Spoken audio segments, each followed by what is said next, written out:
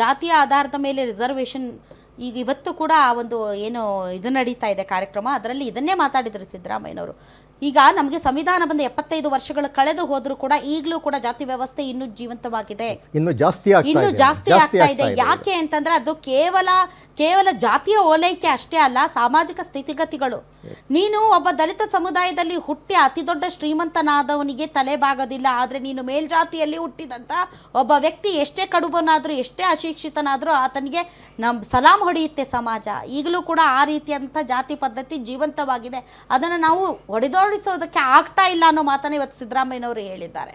So ಜಾತಿಯ ಆಧಾರದ ಮೇಲೆ ಏನು ತಾವು ಹೇಳ್ತಾ ಇದ್ದೀರಿ ಮೀಸಲಾತಿ ಅಥವಾ ಎಲ್ಲ ಜಾತಿ ಸಮುದಾಯಗಳಿಗೂ ಮೀಸಲಾತಿ ಇದೆ. For your kind information sir, ಎಲ್ಲ ಜಾತಿ ಸಮುದಾಯಗಳು, ನಾಟ್ ಓನ್ಲಿ ಹಿಂದುಳಿದ ವರ್ಗಗಳು, ನಾಟ್ ಓನ್ಲಿ ದಲಿತರಲ್ಲ, ಎಲ್ಲ ಜಾತಿ ಸಮುದಾಯಗಳಿಗೂ ಕೂಡ ರಿಸರ್ವೇಷನ್ ಇದೆ. ಇದು ತಪ್ಪು ಮಾಹಿತಿ ನಾವು ಜನರಿಗೆ ಕೊಡೋದು ಬೇಡ.